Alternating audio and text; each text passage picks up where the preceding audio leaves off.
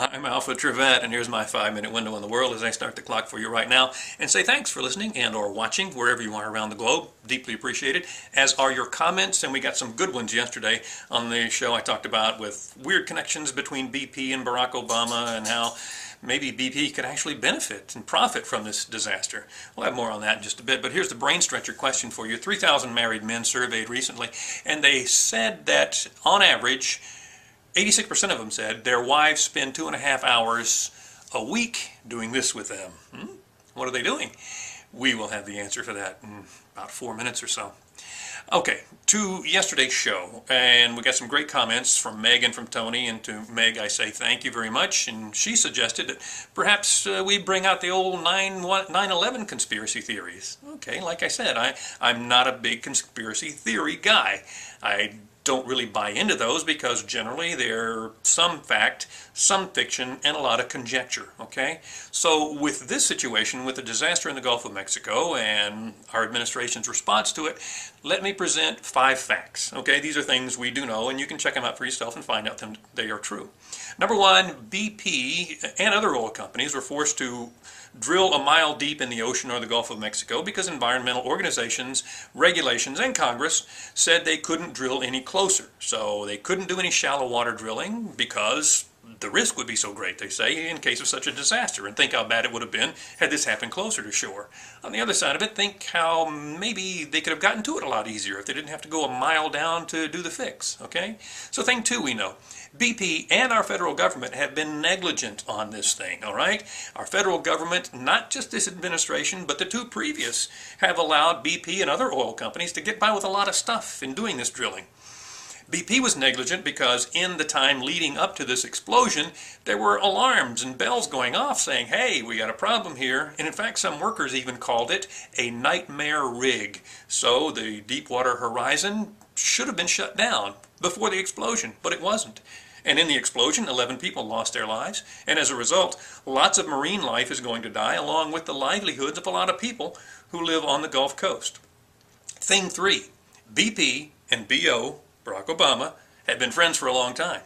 Barack Obama, throughout his campaigns and his political career, has been the single largest recipient of campaign funds from BP. Number 2, Sarah Palin, but she lives in Alaska, where there's a lot of oil.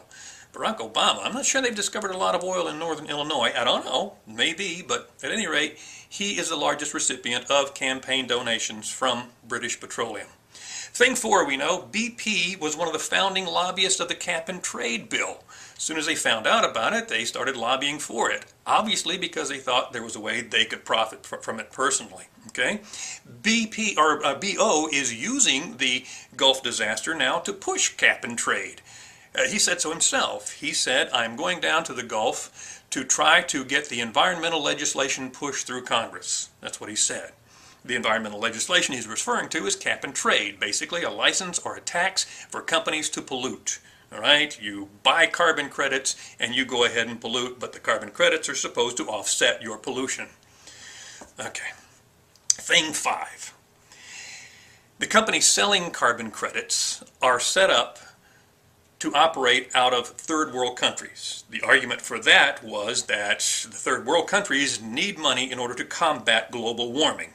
Well, global warming doesn't seem to be the issue anymore. Okay, wait a minute, it's climate change. Well, wait a minute, climate change doesn't seem to be the issue anymore. It's the disaster in the Gulf of Mexico. So why would we be sending money to third world countries since it's not their problem, it's ours, here right now? We also know that there has been a board of trade set up to deal in these carbon credits. And where is it? In Chicago. Not so unusual because there's a huge board of trade in Chicago that deals in commodities like gold, pork bellies, soybeans, wheat, and that sort of stuff. But what is a carbon credit? We don't even know. How can you hold it in your hand? We don't know that either. And what's even more mysterious, and well, not mysterious, but I think insidious, is the people who own and operate these companies, along with that board of trade in Chicago, are people like Al Gore, Tony Blair, and Barack Obama's old friends in Chicago.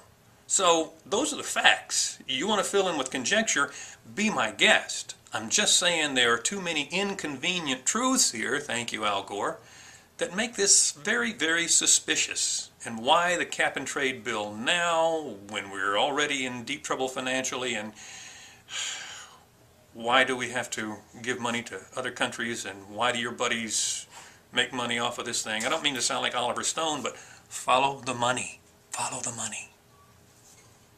Okay. The answer to the brain stretcher question for you, 86% of men said their wives spend 2.5 hours doing this with them, nagging them. Number one thing, cleaning up around the house. Before you accuse me of being sexist, 87% of women agreed. There you have it. Don't forget, Father's Day. Give Dad a break on Sunday at least, huh? How about that? See you next time.